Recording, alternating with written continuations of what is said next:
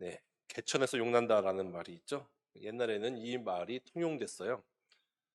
가난한 집에서 태어났지만 열심히 공부해서 좋은 대학에 합격하고 그리고 뭐 고시에 패스하고 그런 일들이 종종 있었습니다. 그래서 대한민국 사회는 열심히 노력하면 원하는 것을 이룰 수가 있는 그런 사회였어요. 그래서 옛날 시골에 뭐 누구누구 손자, 누구누구 뭐 서울대 합격, 뭐 사법고시 합격 이렇게 이제 현수막이 붙어 있는 모습들을 뭐 간혹 길 가다가 종종 보셨을 겁니다. 자, 그런데 지금은 어렵죠. 개천에서 용나는 것이 매우 어려운 사회가 되었습니다. 그러니까 지역별로 이제 중고등학생들의 그런 학력 격차가요, 굉장히 커지고 있어요. 그리고 그런 학업 성취도가 높은 학교들이 포진한 곳을 보면은 대부분 소득 수준이 높은 지역에 그런 학교들이 밀집해 있습니다. 지금 뭐 서울의 집값이 뭐 나날이 뭐 넘사벽으로 오르고 있죠. 자, 그런데도 사람들이 서울을 안 떠나려고 해요.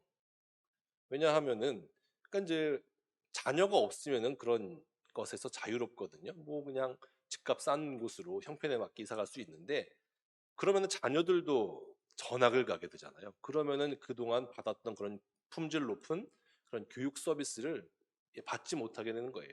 그래서 학력 격차가 커지겠죠. 그래서 명문대 합격하지 못하고 또 거기서부터 인생이 이제 차이가 난다라고 생각을 하기 때문에 많은 사람들이 서울의 집값이 그렇게 높아짐에도 불구하고 쉽게 떠나지 못하고 있는 것입니다. 자, 그래서 요즘에는 그런 말들이 나와요. 최고의 재능은 부모의 재력이다라는 그런 말도 심심치 않게 돌고 있습니다. 그래서 지금 노력해도 원하는 것을 얻을 수 없는 그런 상태이기 때문에 사람들 대박을 노리고 있어요. 열심히 노력해서 차곡차곡 그렇게 재산을 쌓아가는 것이 아니라 뭐 비트코인에 투자를 한다든지 뭐 아니면 주식이라든지 자, 그러한 것을 투기성 자산에 이제 많이 자본을 집어넣고 있죠. 그래서 이제 사람들, 특히 이제 젊은 사람들은 이제 금수저를 부러워합니다. 근데 40대 이상의 기성세대들은 이제 그러한 청년들의 현실을 생각하지 못하고 이제 이런 말들을 해요. 아, 요즘 젊은 사람들은 근성이 없어. 노력을 안 해서 그래. 이제 그런 말들을 아주 생각 없이 뱉어내고 합니다. 그런 사람을 우리가 꼰대라고 합니다. 젊은 사람들은요. 몇 년 전에 베스트셀러가는 책이 있어요. 아프니까 청춘이다라는 책이 있습니다. 그러니까 교수님이 김난도 교수라고 해서 이제 교수님이 쓴 책인데요. 그냥 젊은 세대들에게 위로와 희망의 메시지를 주려고 한 책이에요. 저도 읽어봤죠, 사서. 좋은 내용입니다. 결코 유익했으면 유익했지 해로운 내용은 아니에요. 그런데 이것이 많이 욕을 먹고 있어요. 목을 먹었어요. 제가 볼 때는 책 제목이 너무 자극적이라 그런 게 아닌가 그런 생각이 들거든요. 그 교수님 세대 때는 노력하면 얻을 수가 있는 세대여서 우리가 좀 힘들고 뭐 실패하고 좌절을 맛봤다 할지라도 그것을 거름 삼아서 열심히 노력하면은 더 큰 성공을 거둘 수 있다라는 것인데 지금은 그것이 너무 힘들어졌어요. 이 빈부격차와 이런 소득격차가 커졌기 때문에 자, 그래서 청춘 그 젊은 사람들이 이제 조롱을 하기 시작했죠. 아프면 환자지 무슨 그게 청춘이냐 이런 식으로 이제 막 조롱을 하는 그런 결과가 나타났는데요.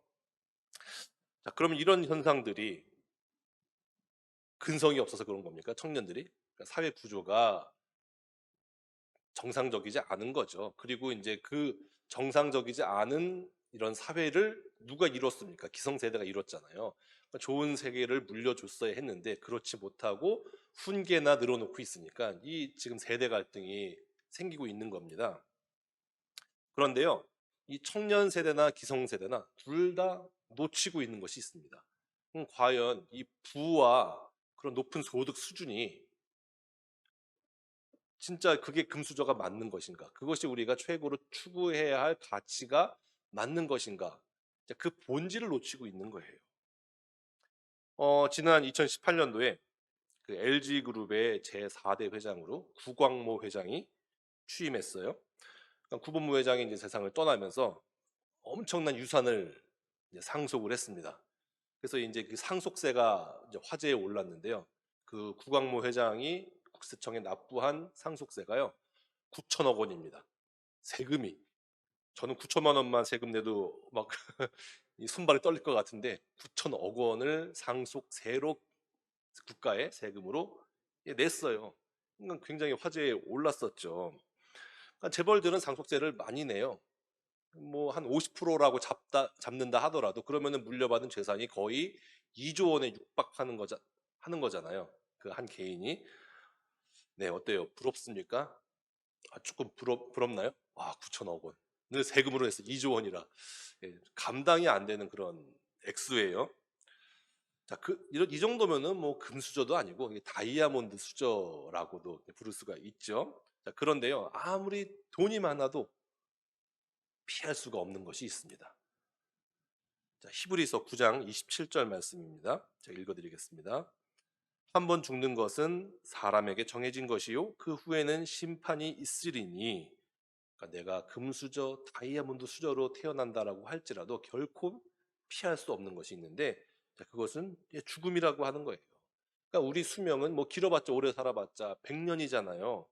그래서 영원이라는 시간에서 볼 때 100년은 진짜 티끌과 또 같은, 그보다 적은 그런 작은 시간이에요. 그래서 이런 영원이라는 관점에서 볼 때, 그리고 죽음이라는 관점에서 볼 때, 돈이 많은 것이 금수저가 아닙니다. 내가 상류층으로 태어나는 것이 절대 금수저가 될 수 없어요. 죽으면 끝인데요. 그렇잖아요. 그럼 어떤 사람들이 잃어버리지 않는 영원한 금수저를 입에 물고 태어나는 사람일까요?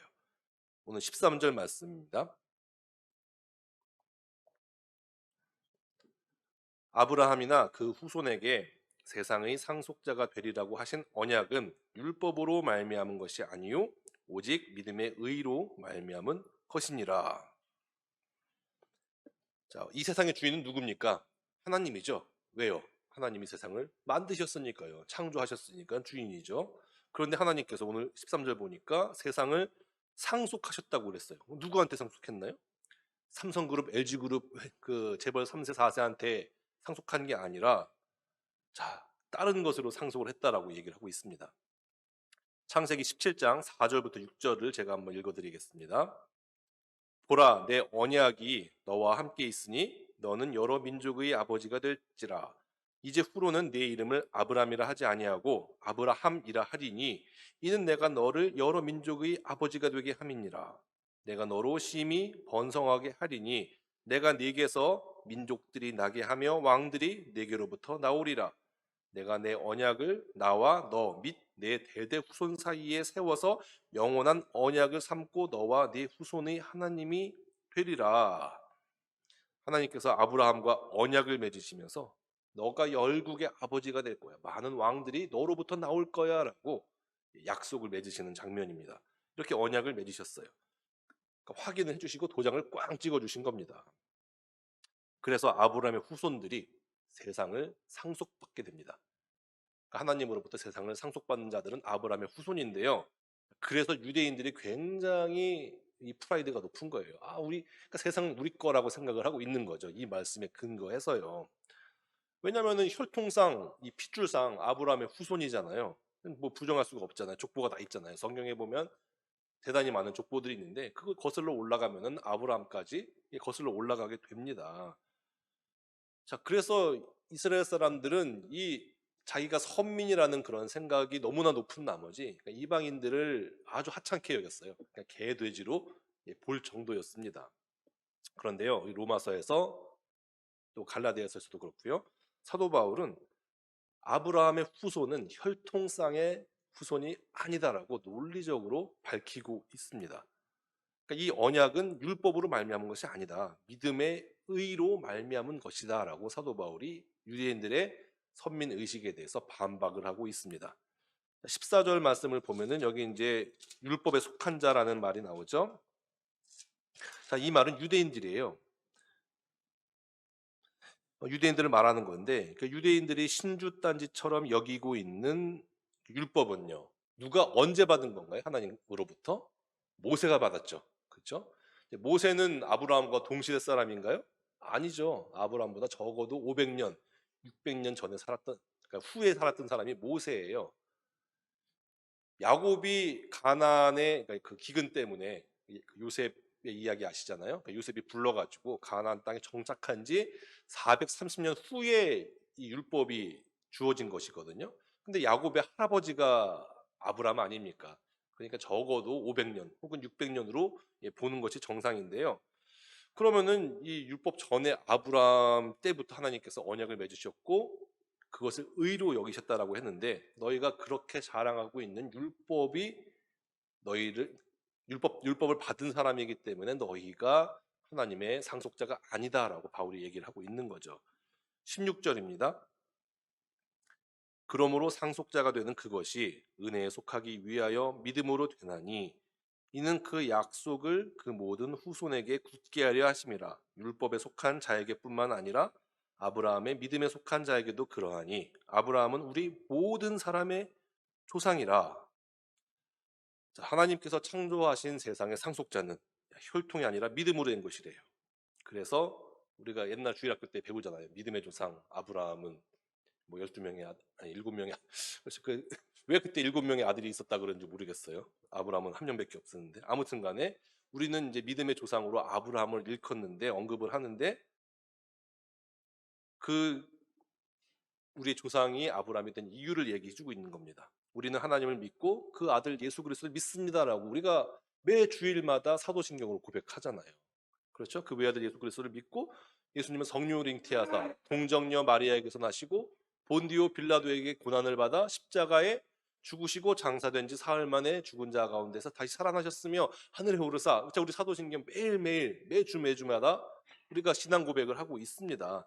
우리 믿잖아요. 이 믿음으로 인해서 우리는 하나님의 자녀가 된 것이고 그 상속자가 되었다라고 오늘 본문에서 분명히 말씀을 하고 있는 겁니다.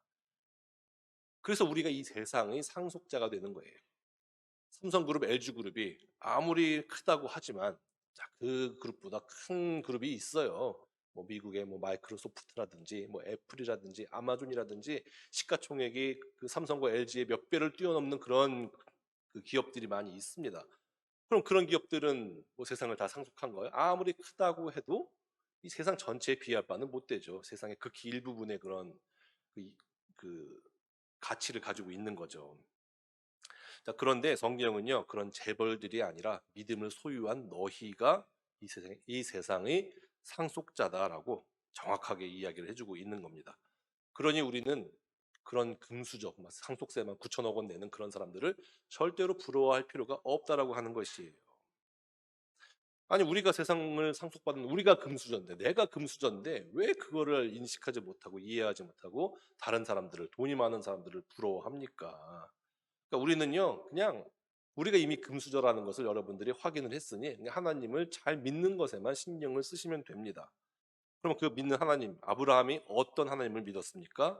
17절 말씀입니다. 기록된 바 내가 너를 많은 민족의 조상으로 세웠다 하심과 같으니 그가 믿은 바 하나님은 죽은 자를 살리시며 없는 것을 있는 것으로 부르시는 이시니라. 자, 아브라함 때는요, 지금하고 이 가치관과 세계관이 달랐어요, 사람들이요. 뭐 제가 전에도 한번 언급을 해드렸지만 그 고대 시대 때는 신들이 많았거든요. 그러니까 자기가 원하는 신들을 쇼핑하는 거예요. 그 많은 신들 중에서 내가 이 신을 섬기면은 내가 뭐 복을 받겠다, 부자가 되겠다, 아니면 뭐 무병장수하겠다, 전쟁으로부터 이기겠다. 자, 각각 신들마다 전공이 달랐습니다. 그 중에서 내가 필요한 신들을 마음껏 쇼핑해서 장바구니에 담고 그 신을 지극히 섬기면은 되는 것이었어요. 그게 이제 고대 시대 사람들의 일반적인 종교 생활의 방식이었는데, 그 당시 신들을 보면은 좀 웃겨요. 그 신들이 부모가 있습니다. 예, 부모가 있어요. 엄마 신, 아빠 신들이 있어요. 그리고 이제 그 엄마 아빠가 없는 신들은 그냥 자연으로부터 태어났어요. 막 물에서 올라오기도 하고 그런 신들이 있었어요. 그리고 그 신들 간의 그 가족 관계를 보면은 완전히 콩가루 집안이에요. 뭐 아들이 아빠 신을 죽이고요. 엄마 신하고 결혼하고 뭐 아주 이거 뭐 장난이 아니었습니다. 그 그리스 로마 신화 보면은 이제 최고 신으로 대접받는 신이 제우스 신이잖아요. 남봉꾼이에요. 하늘에서 이렇게 보다가 쟤 이쁜데 관계를 맺어요. 그 애를 낳아요. 자, 그게 그리스 신화거든요. 아주 남봉꾼입니다. 아주 음란한 신들이었죠. 자, 그런데요, 아브라함은 그런 환경 속에서 눈에 보이지 않는 다른 신들은 다 이 형상이 있었어요. 우상, 우상이 있었거든요. 그런데 이런 환경 속에서 하나님을 믿었습니다. 그러니까 그가 믿은 하나님은요, 그러니까 죽은 자를 살리고 무에서 유를 창조하시는 스스로 있는 자, 지극히 높으신 유일하신 여호와라는 겁니다. 그러니까 창세기에서 아브라함에 관한 그 내용들을 쭉 읽다 보면 참 대단한 사람이다라는 생각을 하게 돼요. 그러니까 아브라함은 그 당시 아주 메트로폴리스에 살았던 사람이에요. 우르라는 도시에 사는 사람이었거든요. 이 우르는 이제 수메르 제국 때부터, 그러니까 수메르 제3제국의 수도였을 겁니다. 예, 그 수도에서 살았던 아주 대도시 사람이었는데, 그러니까 지금으로 따지면 한 강남구나 서초구, 자, 그런 지역에 거주하는 그런 사람이었는데요. 자, 거기서 이제 평생 기반 잡고 잘 살고 있었는데 갑자기 하나님께서, 자, 너는 여기 떠나라. 내가 지시하는 땅으로 가라라고 하는 얘기에 그대로 그냥 집 팔고 캐리어 들들 끌고 온 가족이 가라고 하는 땅으로 갔어요. 그러니까 지금으로 따지면 강남에서 잘 살고 있는데 하나님께서 저기 산골로 가라. 자, 그랬을 때 아주 그냥 손 탁탁 털고 순종하고 내려가는 거예요. 자, 그러기 쉽지 않겠죠. 그러니까 태생부터 아주 엄청난 믿음을 가진 사람입니다. 그런데 나중엔 더 대단해집니다. 나중에 나이가 이제 100살이 됐는데 이제 너로부터 애가 날 거야.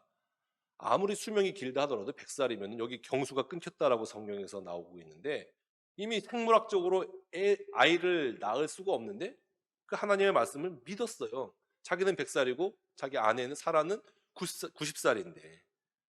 그래서 로마서 4장 19절, 오늘 본문 19절부터 21절이 그 얘기잖아요. 이거는 제가 읽지는 않겠지만, 그러니까 물론 이제 아브라함이 중간에 좀 믿음이 약해져가지고 이제 하나님의 말씀을 믿지 못하기도 했었죠. 처음에는요. 너가 아들을 낳을 거라고 했을 때 하나님의 그 말씀을 듣고 이제 속으로 좀 비웃잖아요. 아, 내가 이제 다 끊겼는데 이게 무슨 어떻게 애를 낳냐라고 웃었는데 하나님께서 웃어? 이러면서 너 이제 아들은 이삭이라고 할 거야. 이삭이 이제 웃는 자라는 뜻이거든요. 자, 그렇게 됐었지만 나중에는 하나님을 믿음으로 말미암아 약속의 자녀를 얻게 된 것을 보게 되었습니다. 그것이 하나님께는 의로 여겨졌다라고 하는 겁니다. 22절이에요. 그러므로 그것이 그에게 의로 여겨졌느니라. 되게 중요한 단어가 나옵니다. 바로 의라는 단어예요. 그러니까 성경에서 말하는 의는 우리가 상식적으로 생각하는 의와 완전히 다릅니다. 개념 자체가 달라요. 그러니까 우리는 의라고 하면은 뭐 독립운동가들, 나라를 위해서 자기 목숨을 초계처럼 버리는 그런 사람이라든지, 혹은 전에 이제 일본에서 있었던 일인데 그 철길에 떨어진 할머니를 이제 한국 유학생이 구해줬다가 자기 죽었잖아요. 기차에 쳐가지고. 그 고 이수연 씨죠. 자, 그런 사람을 우리가 의인이라고 하는데 성경은 그게 아니에요. 성경에서 말하는 의인은 그런 행위가 아니라, 정확하게 여러분들이 한번 개념을 잡으시기를 바래요. 성경에서 말하는 의인은 내가 있어야 할 위치에 있는 것을 말합니다. 그러니까 우리 말에서 비슷한 말을 찾자면은 노릇이란 말이 있죠. 노릇. 무슨 뭐 사람 노릇, 양반 노릇 할 때 그 노릇이라는 말이 있는데, 이것은 피조물이 그 창조 목적에 맞는 위치에서 그 역할과 기능을 자 완벽하게 온전하게 행하는 상태를 의라고 말합니다. 그럼 이 마이크는 뭘까요? 제 목소리를 손실 없이 다른 장치로 보내는 것이 이 마이크의 목적이에요. 지금 잘 들리죠? 잡음 없죠? 그러면 이 마이크는 자기 의의를 다 하고 있는 거예요. 의로운 겁니다. 근데 그럼 이 마이크는요? 죽으면 천국 가는 거예요. 그렇죠? 의로운 마이크 아닙니까? 그리고 이 컵은요, 액체 상태인 물을 새지 않고 저장하는 용도로 쓰여지고 있는 거잖아요. 자, 그래서 물론 이제 뭐 고려청자 같이 뭐 비싼 그런 관상용으로 만들어진 컵도 있겠지만, 일반적인 컵의 그 목적과 용도는 물을 담아서 사람으로 하여금 마시게 하는 거예요. 근데 그러니까 이 상태, 지금 얘는 안 새잖아요. 그 의로운 컵이에요. 근데 얘가 좀 깨져가지고 물에 셉니다. 그러면은 이 컵은 뭐예요? 죄인이에요, 죄인. 물 새면 죄인이에요. 지옥 가야 돼요. 만약에 새게 되면은. 그렇죠? 그러니까 사람도요, 똑같이 보면 됩니다. 그러니까 내가 지금 하나님께서 창조하신 목적대로 그 기능을 다 하고 살면은 의로운 상태고 의인이에요. 이제 그렇게 살지 못하면요, 죄인이죠.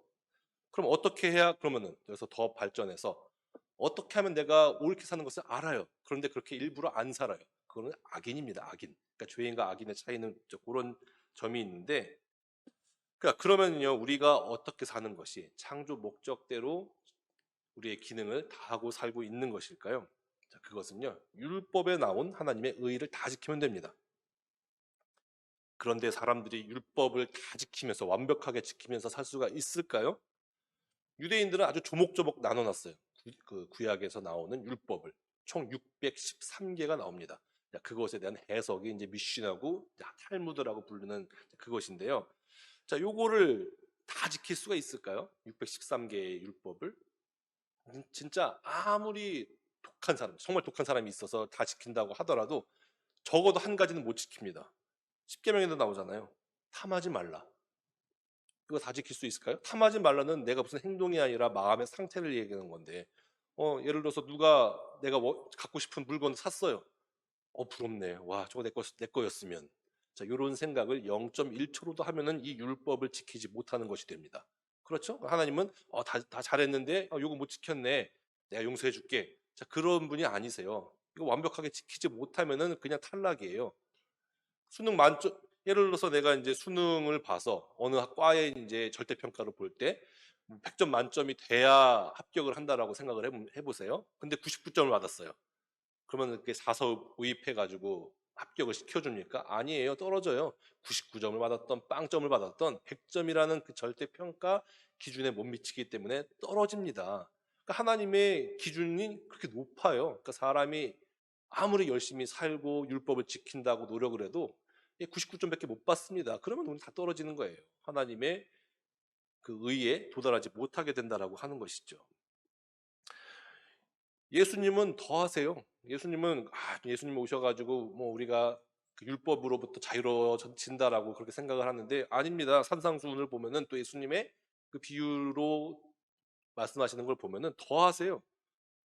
그러니까 율법에는, 그 구약의 율법에는 다 남의 아내를 범하지 말라, 탐내지 말라라고 적혀 있는데 예수님은 어떻게 말씀하시냐면은 길 가다가 와 진짜 이거 예쁜 여자, 성적인 매력을 가진 여자를 보고 마음에 0.1초라도 이런, 자, 그런 마음을 가진 사람 가늠한 거야 라고 말씀을 하세요. 그리고 싫어하는 사람들 있잖아요. 저 사람 진짜, 어디 진짜 길 가다가 넘어져가지고 다리라도 안 부러지나?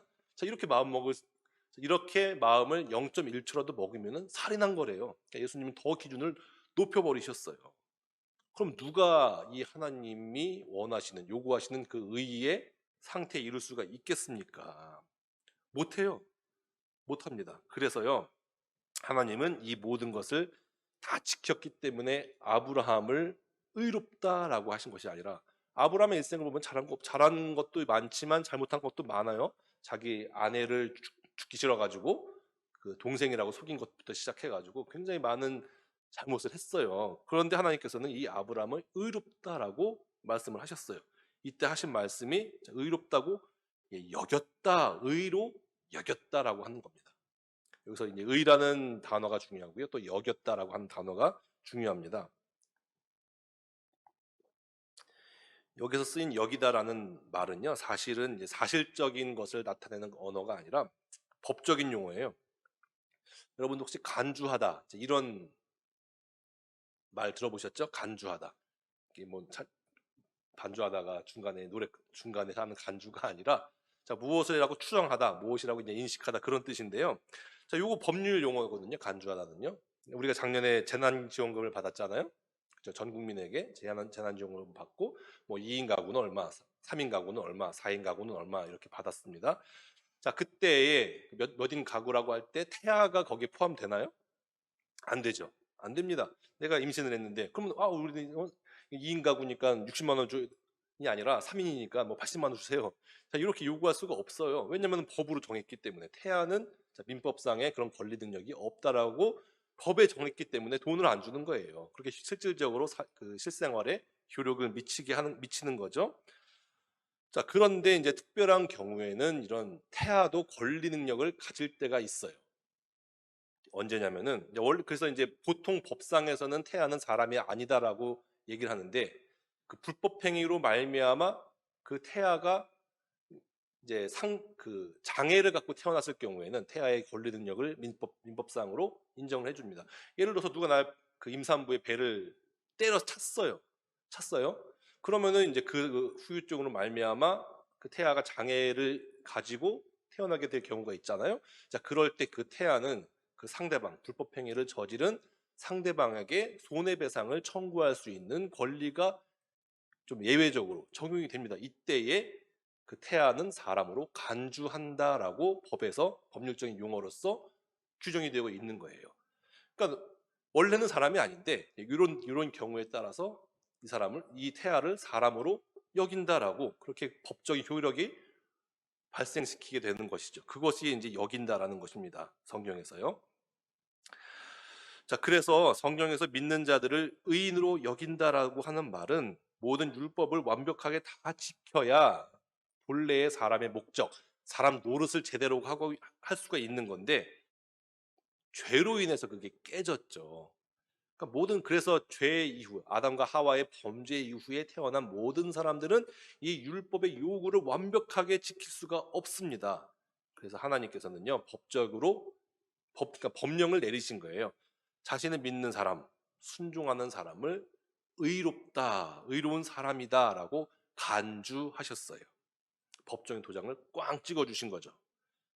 그래서 아브라함과 같은 구약 시대 때는요, 예수님이 오시기 전이니까 하나님의 말씀을 믿는 사람들을 의롭다라고 여기신 거고요. 또 신약 시대 때는 예수님께서 내 죄를 위해서 십자가에 달리심을 또 믿고 또 죽으신 후에 우리를 의롭게 하시기 위해 부활하신 것을 믿는 자들을 의롭다라고 여기신 거예요. 자, 그 법적인 효력을 주신 거죠.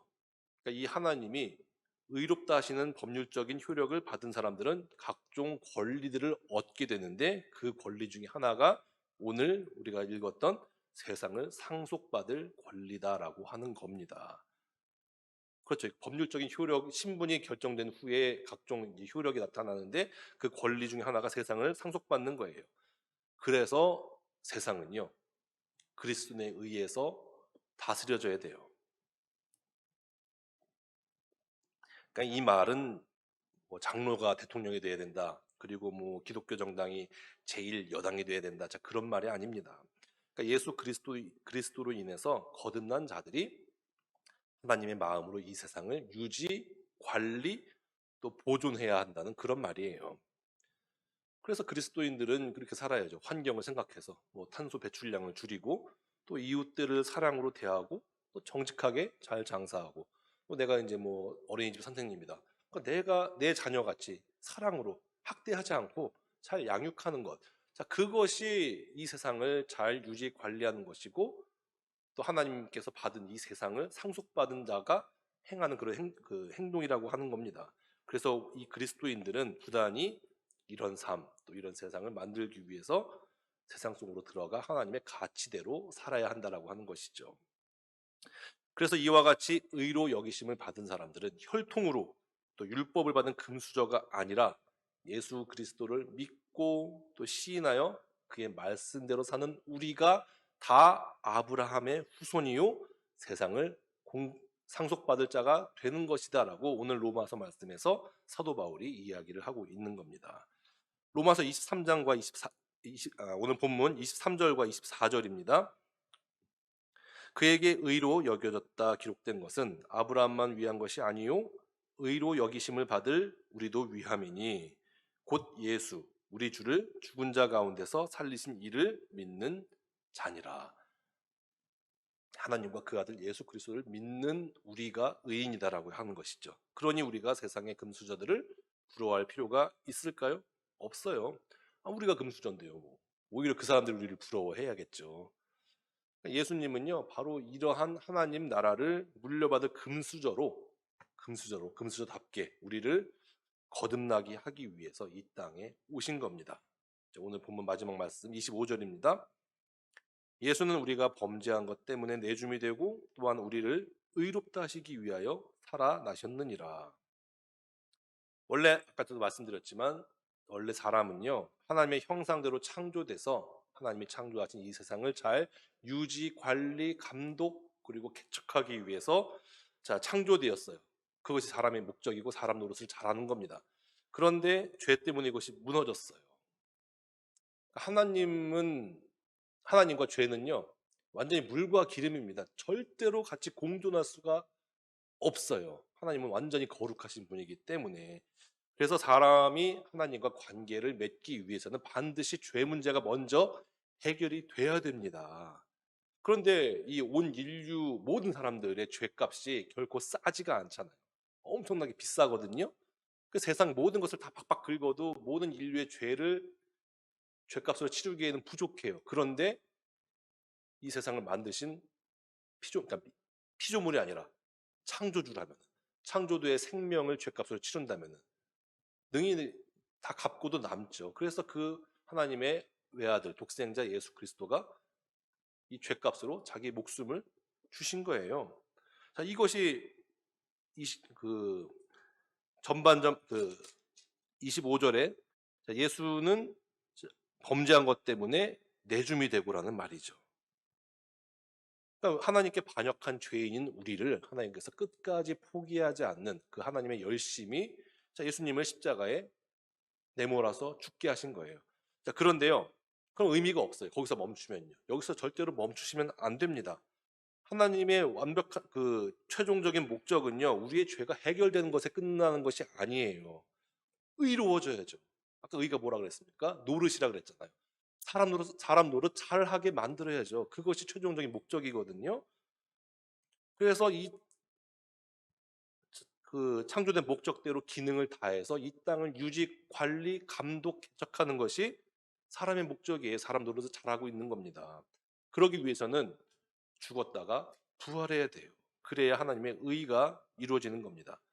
예수님이 죽은 것은요, 우리의 죄 때문이지만 예수님이 부활하신 것은 우리가 의롭게 살기를 원하시기 때문에 예수님께서 부활하신 거예요.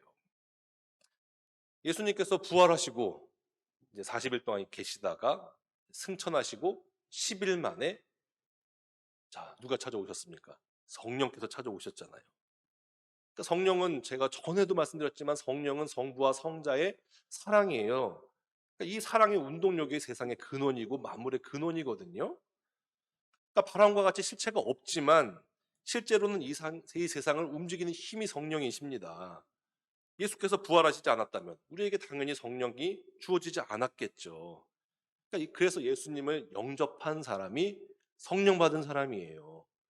성경에서는요, 성령 받지 않는 사람들, 성령이 떠난 사람들을 고깃덩어리 프레시라고 얘기를 합니다. 그런데 성령 받은 사람을 뭐라고 합니까? 생령이라고 합니다. 이건 하늘과 땅 차이예요. 성령이 없으면 우리는 그냥 고깃덩어리인데 우리 안에 성령이 가득하면은 하나님의 운동력, 사랑의 에너지가 충만하다면은 우리는 이 고깃덩어리가 아니라 살아있는 영, 생령이 된다라고 하는 것이 성경의 가르침이에요. 이게 거듭난 사람이고 존재 자체가 바뀐 사람입니다. 그냥 고쳐서 난 게 아니라 수술한 게 아니라 그냥 죽었다가 완벽하게 다른 존재로 태어난 것이 성령으로 인해 거듭난 사람이다라고 하는 겁니다. 이게 최종적인 목적이에요. 예수님께서 부활하신 목적, 우리를 의롭게 하기 위해서 우리의 의를 이루기 위해서 예수님께서 부활하신 거죠. 그래서요, 우리가 이렇게 신앙생활 하시는 분들이 있어요. 맨날 교회 가면 막 울면서 내가 죄인입니다. 내가 잘못했습니다. 주여 용서하여 주시옵소서. 물론 좋은 태도죠. 좋습니다. 근데 거기서만 끝이면 안 돼요. 그러면은 이 예수님의 죽음에서만 끝이는 삶을 사는 거거든요. 부활하셔야죠. 지금 사순절 기간 아닙니까? 사순절이 단순히 예수님께서 받으신 그 고통만 가지고 질질 짜는 그런 시간이 아니라 그 부활하심을 기다리는 것이 사순절이잖아요. 부활의 삶을 살기 위해서. 부활의 삶은 뭐다? 사람 노릇 제대로 하는 것이 부활의 삶이거든요. 그게 의예요, 의. 우리의 의를 위하는 그 기간이 사순절입니다. 그래서요, 분명히 예수님께서 팔복의 말씀을 통해서 그 마태복음 5장부터 7장은 굉장히 중요한 말씀이거든요. 그 하나님의 율법을 재해석해 주는 말씀이 산상수훈이고 그 가장 처음에 나오는 것이 팔복의 말씀인데요. 팔복 중에서 애통하는 자는 복이 있다라고 분명히 말씀하셨어요. 맞아요. 우리는 우리 죄를 애통해하고 가슴을 치고 막 후회하면서 그래야 됩니다. 그런데 거기에 머물러 있습니까? 아니죠. 팔복의 말씀 애통하는 자는 복이 있나니 이후에도 따라오는 말씀이 뭡니까? 자, 온유한 자는 복이 있다. 의에 줄이고 목마른 자는 복이 있다. 긍휼히 여기는 자는 복이 있다. 마음이 청결한 자는 복이 있다라고 얘기를 하고 있어요. 더 나아가셔야죠. 창조된 목적대로 사람 노릇 제대로 하고 하셔야죠. 이것이 우리를 구원하신, 십자가에 달리셨다 부활하신 예수님의 최종 목적이라고 하는 겁니다. 다시 한번 읽어볼게요. 오늘 25절 말씀. 예수는 우리가 범죄한 것 때문에 내줌이 되고 또한 우리를 의롭다 하시기 위하여 살아나셨느니라. 이 말씀이 이 세상에 오신, 예수님이 이 세상에 오신 목적입니다. 흙수저인 우리를 진정한 금수저로 만들어주기 위함입니다. 그래서 여러분들 이제 이후로는 부활의 삶을 사시기를 바랍니다. 우리는 법적으로 하나님의 자녀가 됐어요. 사단의 세력이 절대로 이 법을 깰 수가 없어요. 창조주 하나님께서 제정하신 법인데 그걸 누가 깹니까? 못 깹니다. 그래서 우리는 그 하나님의 말씀 가운데에서 우리는 자유롭게 살 수가 있는 거예요. 왜냐하면 하나님께서 도장을 꽝 찍어주신 그 법의 보호를 받고 있기 때문입니다. 그래서 예수님께서 죽으심으로 우리의 죄가 해결되었음을 믿으시기를 바라고, 또 예수님께서 부활하심으로 하나님의 자녀답게 세상을 사랑으로 다스리는 그러한 부활의 삶, 또 의로운 삶을 사시는 그런 저와 여러분이 되시기를 축복합니다. 기도하겠습니다. 하나님 아버지, 예수는 우리가 범죄한 것 때문에 내어줌이 되고 또 우리의 의를 위해서 부활하셨습니다. 하나님, 이 말씀을 우리가 가슴 신비에 새겨 넣고 싶습니다. 하나님, 이 말씀을 평생 우리가 마음속에 간직하게 해주시고 또 우리가 흔들릴 때, 자존감이 흔들릴 때마다 이 말씀을 기억나게 하셔서 우리 어떠한 사단의 권세와 세상의 권세가 빼앗지 못하는 하나님의 자녀라는 것을 우리가 확신하게 하여 주시고, 단순히 예수님께서 우리 죄를 위해서 죽은 것에 머무는 것이 아니라 우리가 사람답게 이 세상을 하나님의 사랑으로 관리하고 다스리는 것으로 우리를, 예수님께서 부활하신 것을 우리가 믿으면서 우리가 우리 삶의 터전에서, 우리 일터에서, 가정에서, 학교에서 우리가 하나님의 사랑으로 세상을 다스리는 그런 삶을 살게 하여 주시옵소서. 그때에 하나님 나라가 우리를 통해서 이 땅에 올 것이고 하나님의 이름이 영원히 찬양을 받을 것입니다. 평생 그러한 삶을 사모하며 살아가는 저희 될 수 있도록 인도하여 주시옵소서. 예수님의 이름으로 기도했습니다. 아멘.